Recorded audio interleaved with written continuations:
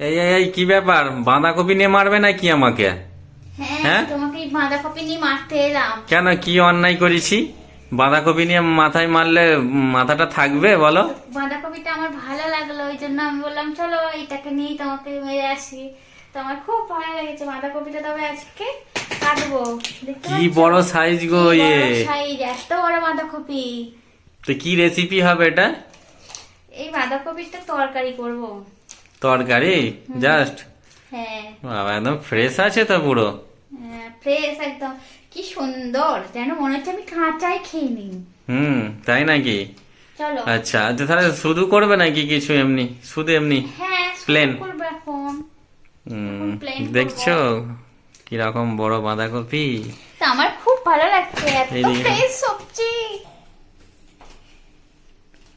চলো কফি, এবার তোমাকে আমি কাটবো, আজকে কেটে রান্না করব, ঠিক আছে? আমি আবার সবার সাথে এইভাবেই কথা বলি, সব সবজির সাথে। বাঁধাকপির ভালোবাসা, হ্যাঁ বাঁধাকপির ভালোবাসা, তাই না? তবে হ্যাঁ, শীতকাল এই হচ্ছে মজা, টাটকা টাটকা ফ্রেশ সবজি। আর কি কি আছে তোমার কাছে দেখি? ফ্রেশ টাটকা টাটকা পালং শাক। তো পালং শাক তো আমার খুব ভালো লাগে, ডাল দিয়ে করি। আবার ডাল দিয়ে? আমাকে পালং শাক ভাজা ভালো লাগে। হ্যাঁ, তোমার তো পালং শাক ভাজা ভালো লাগে, তার জন্য বেশি পালং শাকটা আমি ভাজি।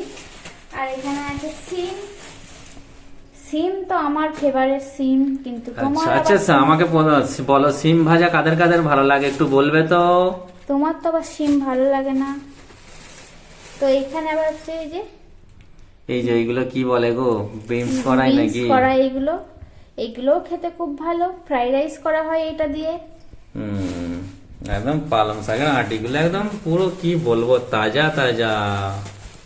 শীতকাল মানে তাজা তাজা সবজি।